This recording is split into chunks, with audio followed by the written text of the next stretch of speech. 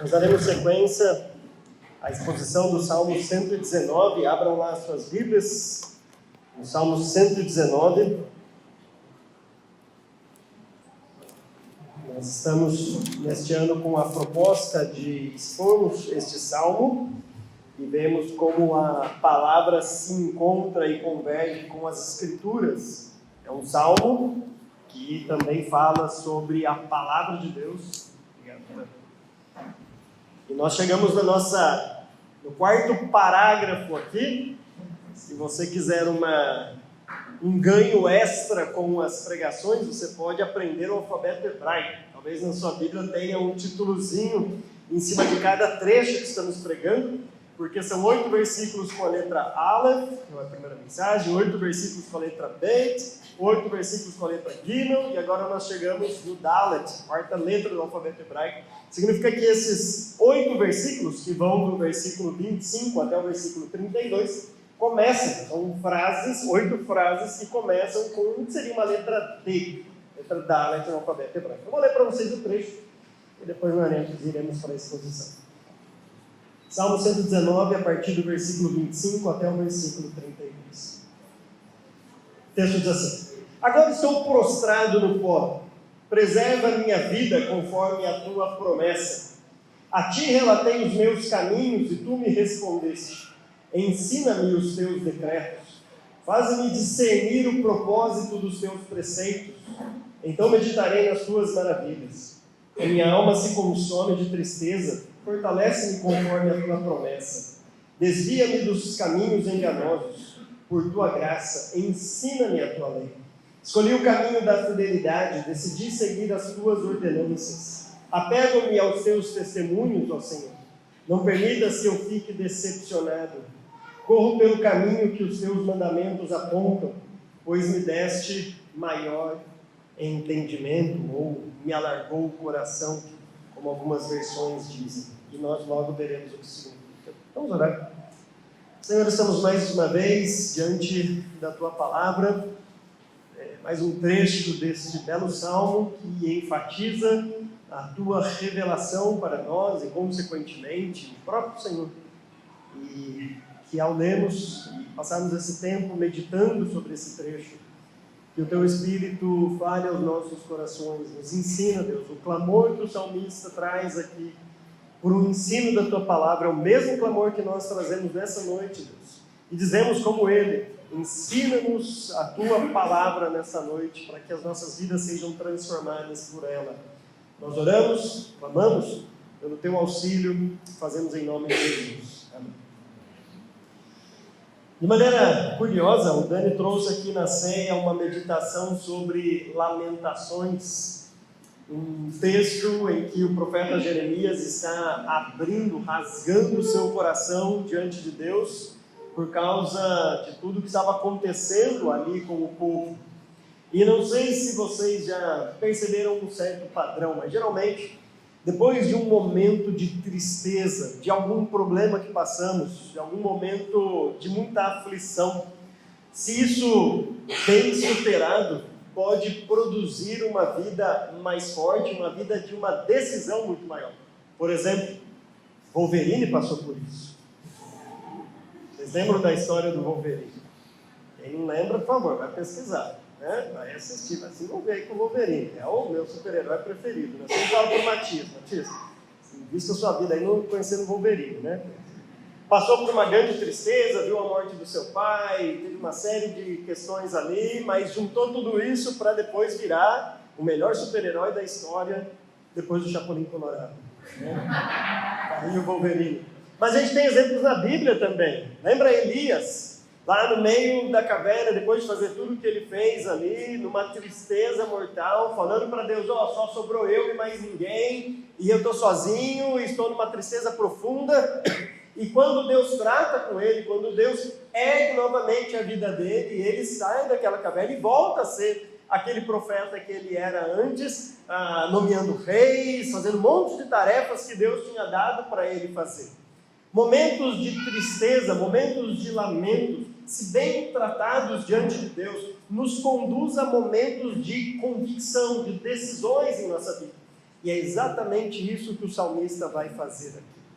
Para, talvez, clarear a estrutura do texto para vocês, eu vou mostrar como há uma repetição de termos aqui, que guia a nossa conversa na noite de hoje, e mostra essa repetição proposital do salmista, para que a gente entenda o que ele quer dizer com esse trecho em relação ao propósito grande do Salmo 119, que é mostrar a importância da palavra de Deus no todo das nossas vidas, inclusive no louvor, na adoração, no nosso relacionamento com Deus. Por duas vezes, embora na minha versão não apareça no versículo 25, mas por duas vezes ele vai dizer que a alma dele está envolvida em algo. Primeiro, versículo 25, quando ele fala, estou prostrado ao pó, ele diz, a minha alma está grudada no pó. Literalmente é isso. E depois, no versículo 28, ele vai dizer, a minha alma se consome de tristeza. Então veja que por duas vezes ele está enfatizando algo que está acontecendo com a alma dele. E nós veremos depois o que isso significa.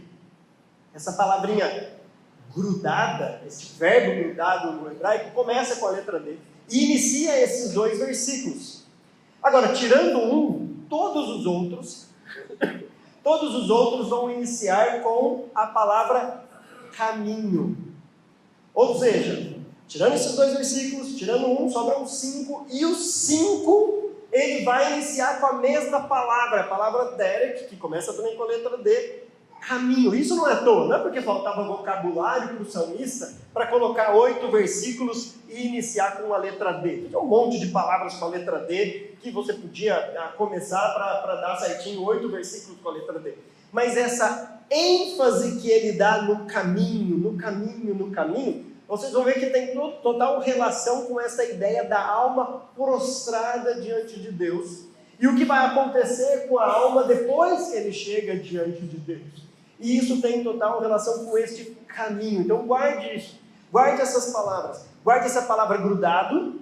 Guarde essas duas palavras que acontecem. Aliás, duas vezes acontece a palavra grudado. Vou mostrar para vocês. Guarde a palavra alma e guarde a palavra caminho. Porque talvez essas são as 3 palavras que norteiam e que guiam o entendimento desse trecho. Obviamente, então, na primeira parte do texto, ele começa falando sobre a alma dele e 2 versículos sobre o caminho, as resoluções de acordo com esse caminho. Mais uma vez um versículo sobre a alma e mais uma vez sobre o caminho, para depois então tomar algumas decisões no final. Nós chamaremos isso de uma alma prostrada, de uma alma triste, mas depois também uma alma decidida. Eu espero que na noite de hoje, se há alguma alma triste aqui nessa situação, que saia daqui resolvido isso diante de Deus, para que tome decisões de andar no caminho de Deus no dia de hoje. Então o texto começa assim, no versículo 25, agora estou prostrado no pó. Como eu disse, a ideia aqui é, a minha alma está grudada no pó. Obviamente, muito mais do que uma literalidade, no sentido de prostrado, de grudado, rosto em terra, mas a ideia é mostrar o que isso enfatiza. Ninguém fica grudado no pó, deitado ali com o rosto no chão, à toa. Geralmente nós fazemos isso no momento de muita tristeza, no momento de muito lamento. Nós colocamos o rosto em chão, né? Geralmente a gente ora de diversas maneiras. Você pode orar, por exemplo, sentado, deitado, lavando louça, dirigindo, mas quando você tem aqueles momentos de derramar o seu coração diante de Deus, dificilmente a gente faz isso, ou pelo menos não deveríamos fazer de qualquer maneira. São aqueles momentos que a gente precisa de uma maior atenção diante de Deus. E não tem como você estar com o coração totalmente triste, clamando a Deus, se derramando diante dele e fazendo isso enquanto está fazendo outra tarefa. É até estranho isso. Parece até hipocrisia. Geralmente nessas situações, todo o nosso ser, todo o nosso corpo está envolvido nisso, a ponto de muitas vezes realmente ajoelharmos, clamarmos e nos humilharmos na presença de Deus. Essa é a ideia do texto aqui. A alma dele estava grudada no pó por causa da sua tristeza profunda, do seu clamor que ele estava sentindo. O tema da alma, no Salmo 119, vai aparecer na mensagem passada. O William comentou este versículo 20, quando ele diz, a minha alma consome-se de perene desejo das tuas ordenanças. É a primeira vez que vai aparecer a palavra alma aqui. Só que isso contrasta com o que ele vai dizer agora, neste versículo. Na verdade, não contrasta, ele está mostrando que, embora a alma dele deseje ardentemente a palavra de Deus, há um problema com a sua alma, porque a sua alma está triste justamente pelo fato de não conseguir seguir a palavra de Deus. Veja, há um desejo grande da sua alma, mas quando ele se depara com a sua própria alma, o que ele encontra ali não é uma alma desejosa de seguir a palavra de Deus. A gente vai ver o que acontece depois quando ele coloca essa realidade diante de Deus. Então, se no trecho que o William pregou, ele falou inclusive que a alma do crente, nessa vida do crente realmente é marcada por uma busca, não só por uma vida, lembra quem estava aqui durante o carnaval? Não só por uma vida, mas por uma vida de obediência à palavra. Eu lembrei enquanto estava ouvindo a pregação do William, a gente foi viajar, mas está disponível sempre aí nas redes sociais para quem quiser ouvir as pregações depois, se você perder alguma. Eu lembrei do rei Ezequias. Quando ele está para morrer, Deus fala para ele, coloca a sua casa em ordem, que você vai morrer. E aí, ao invés de ele colocar a casa em ordem, ele pede mais tempo de vida. E Deus concede vida para ele. Só que Deus concede vida e ele não põe a casa em ordem. E o negócio desanda depois daí. Deus dá mais 17 anos, que seria bom se não tivesse dado para Ezequias. Porque depois ele tem um filho que foi um dos piores reis da história de Israel. Ele teve mais tempo de vida, mas não preparou um sucessor digno, não colocou a sua casa em ordem. Então, um cristão não é aquele que só pede por vida, como o William disse, mas pede por vida justamente para obedecer a palavra de Deus. Agora, quando nós nos deparamos com o nosso próprio ser, o que nós encontramos é essa tristeza, justamente por não conseguirmos fazer isso. A alma está grudada, está prostrada ao pó. Por isso que diante disso há um clamor dele. O que o salmista diz é: preserva a minha vida conforme a tua promessa. Veja que é como se ele estivesse dizendo assim: eu estou prostrado ao pó. E lembra que o pó, nas escrituras, nos remete sempre a Gênesis. O homem veio do pó, e do pó tornará.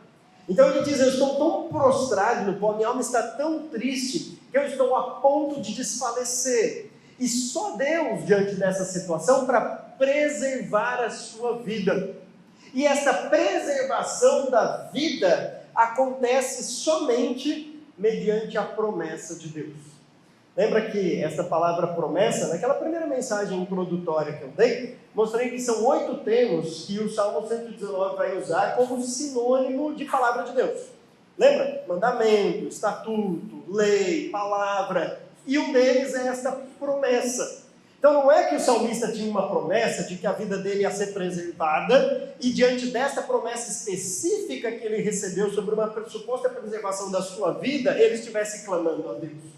Não, Deus nunca prometeu preservar a nossa vida em algum tipo de situação. Então, ele pode morrer a qualquer momento. Se acontecer, a gente vai estar com ele para todo sempre. Tranquilo, segue a vida, só que lá na eternidade, num momento muito melhor. A ideia aqui é: preserva a minha vida de conformidade, conforme, de acordo com aquilo que está revelado na tua palavra. O que o salmista está dizendo é: só há vida para aquele que está em conformidade com a palavra de Deus. Fora da palavra de Deus, só pode haver morte. As pessoas que andam em rebelião com a palavra de Deus podem ter a impressão e acharem que estão aproveitando a vida de fato. A gente passou aí o feriado em que talvez 90%, 80% da população, sei lá quantos brasileiros aí, estavam supostamente vivendo as suas vidas. Mas o profeta, o salmista está dizendo aqui que só há vida, preservação da vida, quando estamos em conformidade com aquilo que Deus revela e mostra na sua palavra. Veja que o salmista só pode clamar por isso quando há um reconhecimento da podridão da sua alma. Porque ninguém pede por preservação, por vivificação, se ele está bem. Se ele não teme pela sua própria alma. Aquele que é autossuficiente e acha que a sua alma está bem, nunca vai clamar a Deus pela sua alma. Só clama a Deus pela sua alma quem está triste por causa da realidade que encontra em seu próprio coração. E o salmista começa assim: estou prostrado no pó, minha alma está grudada no pó. preserva a minha vida conforme a tua promessa, ou conforme a tua palavra, porque é só nela que há vida. E aí ele mostra uma maneira de fazer isso. Ele diz assim no versículo 26, a ti relatei, contei, expus os meus caminhos, e tu me respondeste. Então ele abre o seu coração a Deus e mostra os seus caminhos. Agora, a gente sabe que se alguém chegar diante de Deus e relatar os caminhos durante a semana, dificilmente Deus vai chegar e falar assim, vai lá, você está indo no caminho certo, né? Continua nisso. Geralmente nós mesmos chegamos no final do dia, colocamos a nossa cabeça no travesseiro e pensamos, poxa, eu acordei com um desejo de ver uma vida de santidade realmente, mas o que eu encontro dentro de mim é uma força atuando, quando Paulo diz, que quando eu chego no final do dia eu vi que nem todos os meus pensamentos foram corretos diante de Deus, nem todas as minhas conversas foram corretas diante de Deus, nem tudo aquilo que eu fiz foi correto diante de Deus. Mas a gente tem que mesmo assim relatar este nosso caminho a Deus, porque Deus responde. Deus responde justamente àquele que é humilde o suficiente para relatar o seu caminho, contar o seu caminho diante de Deus, mesmo que isso está conduzindo à tristeza. Mesmo quando a gente olha para as nossas vidas e o que nós encontramos ali é aquela luta contra o pecado constante que nos assedia. Mesmo assim, Deus responde e é favorável àquele que é humilde o suficiente para colocar os seus caminhos diante de Deus. E aí vem um clamor, o primeiro clamor do salmista. Ensina-me os teus decretos. Veja que se há uma atitude humilde dele de olhar para Deus e dizer, preserva a minha vida, há uma segunda atitude humilde nesse clamor, de reconhecer que só Deus pode ensinar os decretos. Agora, essas 8 palavras que se repetem, que são sinônimos para a palavra de Deus, em alguns momentos, na verdade em todo o salmo, mas em alguns momentos específicos, o salmista pega uma desses 8 sinônimos e escolhe um desses sinônimos porque ele quer enfatizar algo diante da palavra de Deus. Se na primeira ele usa promessa, agora ele vai dizer de um decreto, porque ele quer deixar claro para a gente que a palavra de Deus não é simplesmente uma opção, não é simplesmente um conselho do tipo, tem tantos conselhos, talvez eu siga esse, talvez aquele, eu vou ver o que é melhor para a minha vida. O salmista está reconhecendo que a palavra de Deus é um decreto. Agora, quem é doido de ir contra um decreto? O salmista está se submetendo àquilo que foi decretado, a palavra decretada de Deus. E diante de algo que é um decreto, é muito mais sábio se submeter a isso do que ficar lutando contra aquilo que está decretado. É loucura você ficar guerreando e lutando, ou para usar as palavras de Jesus para Paulo, né? Dura coisa é, as versões antigas diziam isso, né? Recalcitrar contra os aguilhões. Isso aí é para quem lia lá nas versões de 1980, né? Agora está, de alguma maneira, na Bíblia, que eu não lembro como que é, que a gente decora nessas versões antigas, né? Mas assim, você está dando murro em ponto de faca, no bom português, para a gente entender. Talvez na mensagem deve estar mais ou menos isso daí, né? Dura coisa dar murro em ponto de faca, sabe? É assim, você está lutando contra algo que não vale a pena lutar, porque você está lutando contra um Deus que decreta as coisas, um Deus que é soberano sobre todas as coisas. E o salmista reconhece isso e não fica lutando contra a vontade de Deus, mas diz, Deus, ensina-me os teus decretos. Eu quero me colocar debaixo da tua vontade soberana, mas eu só consigo fazer isso olhando para a minha alma se o Senhor me ensinar. Porque eu por mim mesmo não consigo fazer isso, não há nada na minha alma que busque isso. Na verdade, a alma dele até estava querendo, mas há uma outra vontade atuando nele, a vontade da sua carne, que impede ele de fazer isso, a não ser que Deus haja soberanamente na vida dele, como nas nossas também. Ensina-me os teus decretos. Ele continua no versículo 27, para a gente terminar essa primeira parte, faz-me discernir o propósito dos teus preceitos, então meditarei nas tuas maravilhas. Na verdade, o propósito dos seus preceitos, literalmente aparece a palavra caminho, que inicia este texto, né? este versículo. Então, o propósito dos teus preceitos, a ideia é o caminho dos teus preceitos. É assim, como o Senhor administra as coisas, como o Senhor faz com que essa palavra decretada seja visível e aconteça no dia a dia. Como o Senhor faz isso? Me ajuda a discernir essas coisas. E é interessante porque pode parecer, pode soar, como eu já disse algumas vezes, que o decreto de Deus, quando a gente usa essa palavra, parece uma coisa muito forte, parece uma coisa muito imposta, parece uma coisa muito dura, parece uma coisa que a gente vai olhar e falar assim, ninguém gosta de um decreto que vem de cima para baixo, assim, a tendência do coração do homem é se rebelar contra essas coisas, um decreto, uma palavra muito forte, a gente não gosta muito disso, mas quando a gente se submete à vontade de Deus, num coração humilde, e pede para Deus nos ensinar e discernir como Ele age neste mundo, e como é o caminho dele neste mundo, o salmista diz que vai meditar nas tuas maravilhas. Ou seja, quando nós entendemos a nossa condição diante de Deus e nos humilhamos diante da palavra dele, do decreto dele, aquilo que pode parecer duro se torna uma maravilha para a gente. Veja, o decreto é o mesmo. Alguns enxergam isso como algo duro demais, outros enxergam isso como uma maravilha. Tudo depende da perspectiva que você vê isso. Para aqueles que querem viver uma vida autossuficiente, de se rebelar contra Deus e sua vontade, um decreto vai ser sempre algo ruim, algo duro. A gente fala de soberania de Deus, as pessoas torcem o nariz e querem combater isso, para enfatizar a sua liberdade, a sua autonomia, a sua autossuficiência. Para aqueles que entendem a sua posição e se submetem à vontade de Deus, e com o coração humilde pedem para serem ensinados por Deus, aquilo que alguns veem como algo ruim, nós vemos como algo maravilhoso.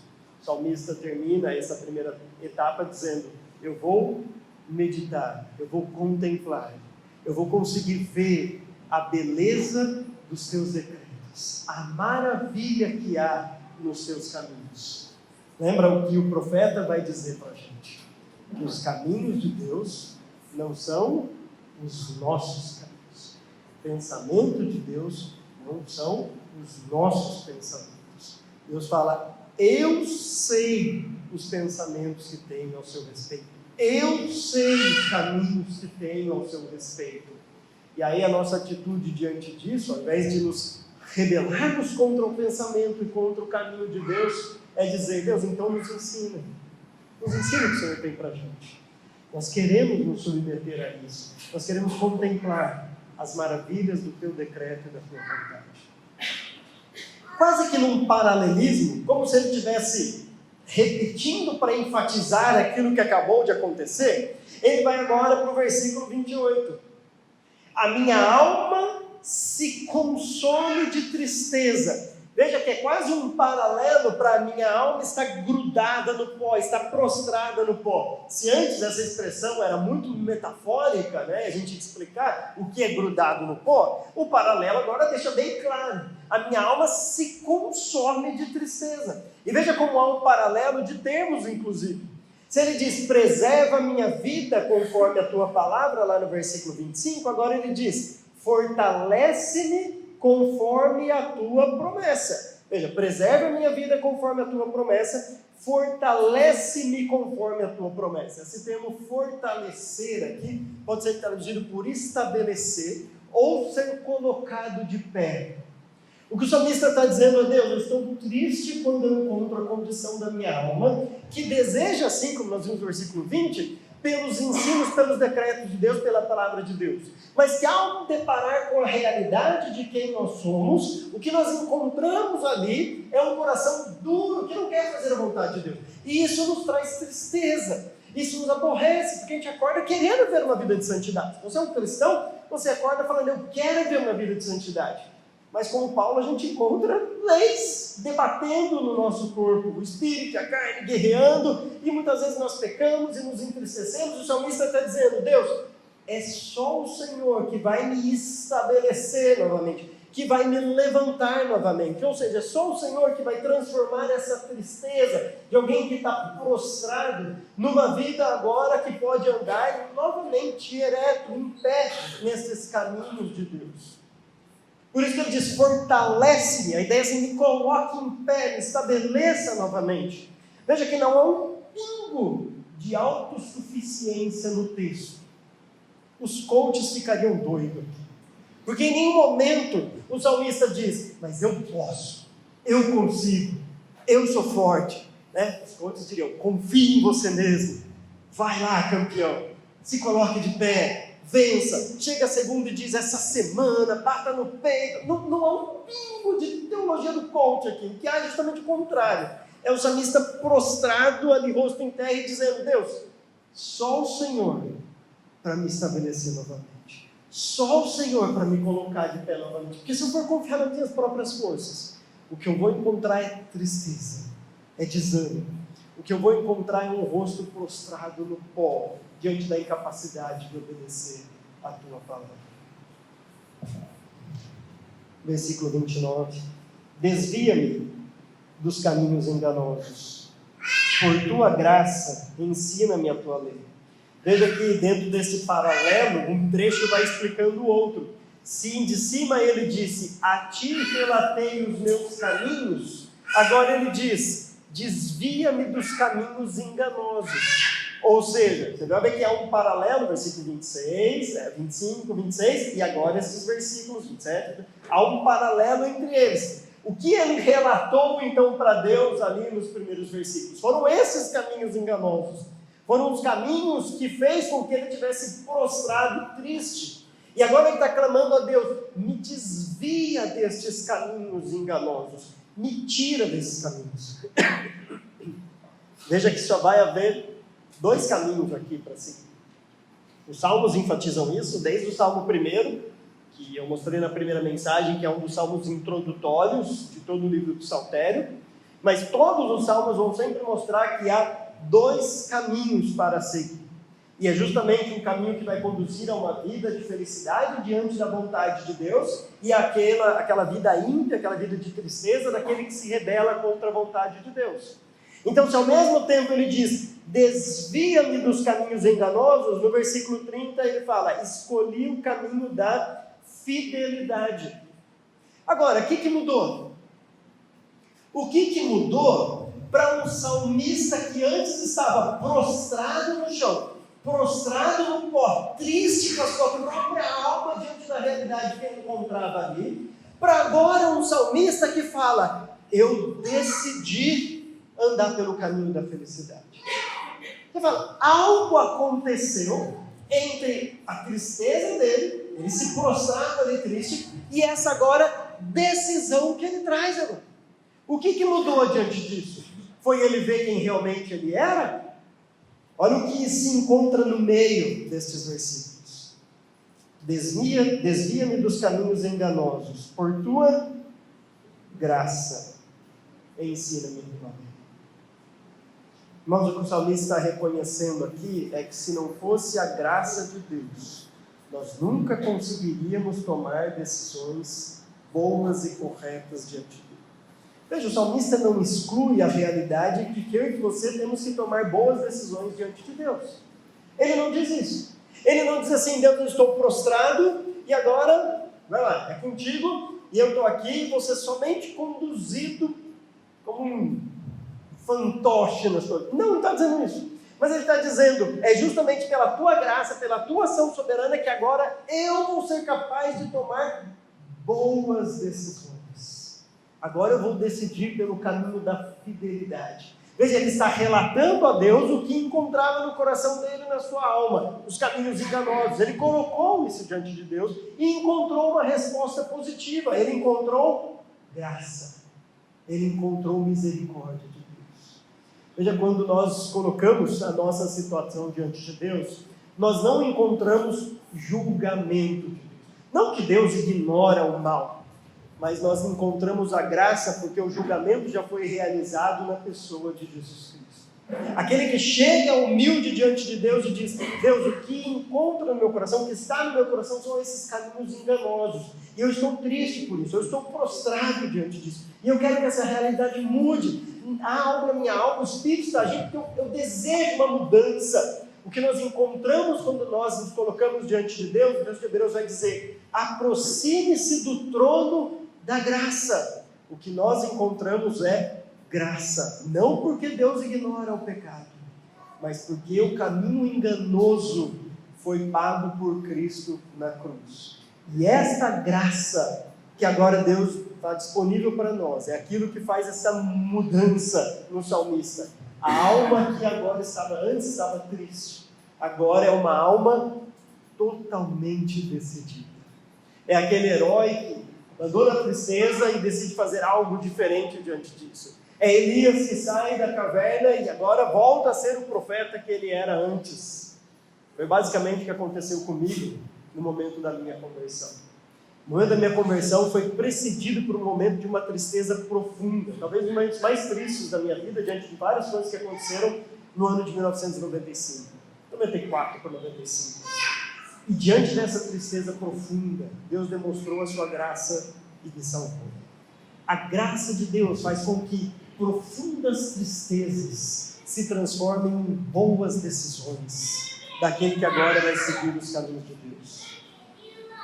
Então ele diz, versículo 30, escolhi o caminho da fidelidade, decidi seguir as tuas ordenanças, apego-me aos teus testemunhos, ó Senhor, não permitas que eu fique decepcionado, corro pelo caminho que os teus mandamentos apontam, pois me deste maior entendimento, ou alargou o meu coração. Olha como há uma mudança. Aliás, vocês perceberam que todos os trechos que nós estamos vendo no Salmo 19 terminam geralmente com uma decisão, ou com algo prático. Se você olhar no primeiro trecho, no Aleph, lá em cima, nos versículos 7 e 8, ele fala assim, eu te louvarei, obedecerei. Veja que todos os trechos terminam com essa ideia de, diante disso, eu vou fazer isso, eu vou decidir, eu vou te louvar, eu vou te obedecer. Sempre antes de colocar o coração diante de Deus, entender quem é Deus e na força de Deus agora tomar esse tipo de decisão. Mas é sempre que há esse compromisso, essa decisão do salmista diante da realidade e da meditação sobre quem é Deus e a sua palavra. Olha no versículo 15, terminando a segunda parte, meditarei nos teus preceitos e darei atenção às tuas veredas. Isso vai acontecer também no terceiro, no quarto aqui. Enfim, os trechos vão sempre terminar com essa ideia de algo para o futuro, uma decisão que vai tomar. E não é diferente aqui. E as decisões deles agora, no versículo 31, contrasta totalmente com aquilo que aconteceu antes. Porque a mesma palavra que inicia o versículo 25 vai iniciar o versículo 31. Ele diz, eu estou grudado no pó. Lembra lá no versículo 31? Agora este apego-me é a mesma palavra usada. É a ideia de alguém que agora está grudado não mais no pó, mas está grudado na palavra de Deus. Está grudado nos estatutos de Deus. Está grudado nos decretos de Deus. E quando nós nos grudamos nos decretos de Deus, não há mais lugar para tristeza profunda, para decepção. Não há lugar mais para assim, não tem jeito na minha vida. Não, porque Deus é gracioso. E Deus pode transformar as nossas vidas. Amém por isso? Amém? Então quando nós nos grudamos na palavra de Deus, não há mais lugar para aquele que está grudado no pó, porque Deus nos estabelece, Deus nos levanta, e é isso que o salmista está dizendo. O salmista colocou o seu coração diante de Deus, colocou a realidade do seu coração, ele demonstrou todos os seus caminhos enganosos. O que ele encontrou diante disso foi graça, e foi um Deus que agora o levanta, o estabelece novamente, mas o faz novamente grudado, não um autônomo andando neste mundo, não alguém que agora siga os seus próprios caminhos, pelo contrário, alguém que é grudado na palavra, e alguém que agora não vai estar prostrado mais novamente, logicamente prostrado da ideia de alguém inerte, de alguém parado, porque ele está prostrado, mas olha o contraste que ele vai usar aqui, versículo 32, corro pelo caminho que os teus mandamentos apontam. Antes eu estava inerte, parado no pó, prostrado. Geralmente essa tristeza profunda, a gente não faz mais nada, não sai do quarto, aqueles que já chegaram na depressão, e essas tristezas da alma, a gente fica ali parado, se prostra, e não quer fazer mais nada diante do que está acontecendo, mas no contraste disso, depois que a gente encontra a graça de Deus, o salmista não diz, então eu me levantei e comecei a andar num caminho de Deus. Não, ele quer enfatizar a diferença, e para isso ele diz, agora eu corro para onde o seu caminho aponta. A vida nova que Deus nos dá é um contraste radical com aquilo que nós encontramos antes. Se antes havia uma tristeza e uma vida inerte ali, agora é uma vida de corrida. Sabe, quando fala de corrida, a gente sempre tem que pensar assim, disposição, né? Fôlego, ânimo, porque quem corre aqui sabe que precisa de ânimo, às vezes precisa de perseverança. Chega uma hora que você fala, depois dos 2, 3 quilômetros, fala, o que eu estou fazendo? Podia ter ficado dormindo em casa, podia estar assistindo alguma coisa na TV, estou mais uma vez aqui, aí você fala, não, eu vou até o final, e aí você chega nos 5, 6 quilômetros, você fala, agora eu vou até chegar no final. Todo este ânimo que ele tem, essa perseverança, esse fôlego, de agora ir para onde os caminhos de Deus apontam. Corro pelo caminho que os teus mandamentos apontam. E aí no versículo, finalzinho do versículo, ele fala, pois me deste maior entendimento. A ideia do salmista aqui, né, que em outras versões traz que o Senhor alargou o meu coração, é para mostrar que Deus muitas vezes faz, muitas vezes não, Ele faz muito mais daquilo que a gente pede. Às vezes a gente nos chega a Deus diante da tristeza, quando encontramos a realidade do nosso coração, e tudo que a gente quer é não ficar mais naquela situação. E talvez levantar e dar alguns passos. Tudo que a gente quer é isso. Mas Deus tem uma vida de corrida para a gente.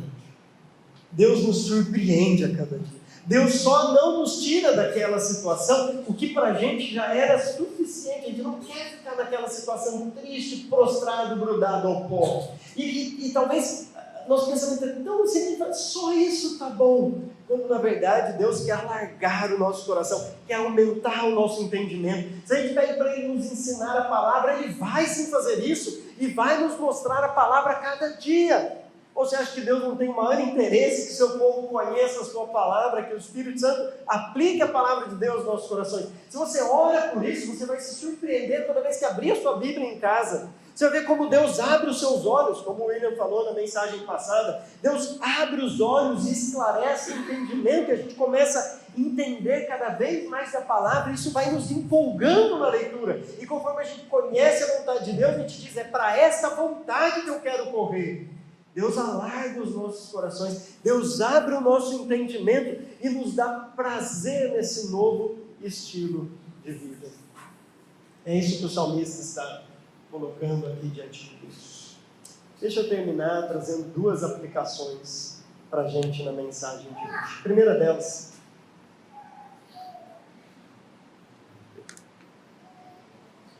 a primeira aplicação é que talvez para você que está aqui com o coração triste, talvez a sua realidade seja a realidade do salmista.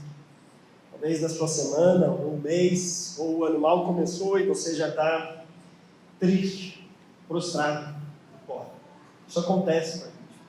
A gente é muito afetado pelas circunstâncias, por aquilo que a vida tem para nós. E são problemas de saúde, perda de trabalho, a gente perde a gravidez, problemas que acontecem de relacionamento, e isso vai nos desgastando. E talvez chegue um momento que você, quando percebe, está prostrado no pó, grudado, clamando diante de Deus. Deixa eu dizer que o que o Salmo nos ensina aqui é que não há problema em estar em uma situação como essa. Porque o salmista passou por isso. Personagens bíblicos passaram por isso. Homens de fé passaram por isso. Leia a biografia de Spurgeon, você vai perceber que ele passou por isso. Uma tristeza profunda. O problema é o que a gente faz com isso. Para quem a gente vai pedir socorro? Para quem a gente vai pedir ajuda? Diante de quem nós derramamos o nosso coração? Com quais termos nós chegamos diante de Deus? Então, se você está numa situação como essa, de tristeza, aproveite essa semana e se derrame diante de Deus. Coloque a sua alma diante dele realmente. E diga, Deus, a realidade que eu encontro no meu coração é essa, de tristeza. Eu estou grudado no pó, não sei mais o que eu faço, mas eu quero aprender os teus caminhos. Eu quero andar na tua lei, eu quero andar nos teus decretos, eu quero me maravilhar novamente diante do Senhor. Ore, clame a Deus por isso. E você vai se surpreender. E logo, logo, você vai estar correndo atrás dos caminhos de Deus. Segunda aplicação, o texto falou por 5 vezes, em 5 versículos, sobre caminho. Isso porque o decreto, a lei de Deus, a palavra de Deus, não é algo simplesmente teórico para a gente. A gente não aprende a palavra de Deus simplesmente para aumentar o nosso conhecimento, mas a palavra de Deus sempre teve relação com caminhar. Desde lá de Gênesis, quando Deus caminhava com o homem no jardim. Abraão foi chamado por Deus para caminhar e para uma terra distante. Enoque foi transladado e não morreu porque ele andava com Deus. A Bíblia sempre traz essa ideia de uma ação, de uma vida que caminha para algum lado. Ninguém fica parado. Mas o que a Bíblia nos quer mostrar é que a palavra de Deus foi nos dada para caminharmos com Ele. Não é à toa que a igreja primitiva, muito antes de ser chamada de cristãos, como nós chamamos hoje, ou de haver esse nome cristianismo, era chamado aqueles que eram do caminho. Esse era o nome que era dado. Porque eram pessoas que caminhavam uns com os outros e com Cristo, com Deus. Estavam lá mostrando o seu cristianismo. Então, se você está aqui, talvez o seu caminho não seja de fato, não esteja nos caminhos corretos de Deus, talvez é o momento de você entender que a palavra de Deus, para parafrasear Carlos Drummond de Andrade, tomara que no meio do caminho há uma palavra no meio do caminho. Tomara que você entenda que nesse seu caminho, que pode ser que algumas vezes estejam errados em algumas situações, talvez o namoro não está tão santo como deveria, talvez o seu trabalho não está lá tudo certinho como você deveria na sua empresa, talvez os seus estudos não estejam tão certos como deveria, talvez você não está tratando a sua família como deveria, talvez você não está sendo um bom vizinho como deveria como cristão, e nós sabemos aqueles caminhos que precisam ser consertados diante de Deus. E saiba que só existem esses dois caminhos, e o que vai fazer a conversão de um caminho para o outro é Deus e a sua graça por meio da sua palavra. Medite na palavra de Deus, ore a Deus, clame a Ele para te dar entendimento, e Ele vai te tirar do caminho de engano e trazer para o caminho da fidelidade. É Ele que vai colocar em nossos corações, Ele vai nos ensinar a sua graça, a sua palavra, quer que a gente possa dizer como salmista: eu decidi agora seguir pelo caminho da fidelidade. Que Deus nos abençoe e nos ajude em mais uma semana. Amém.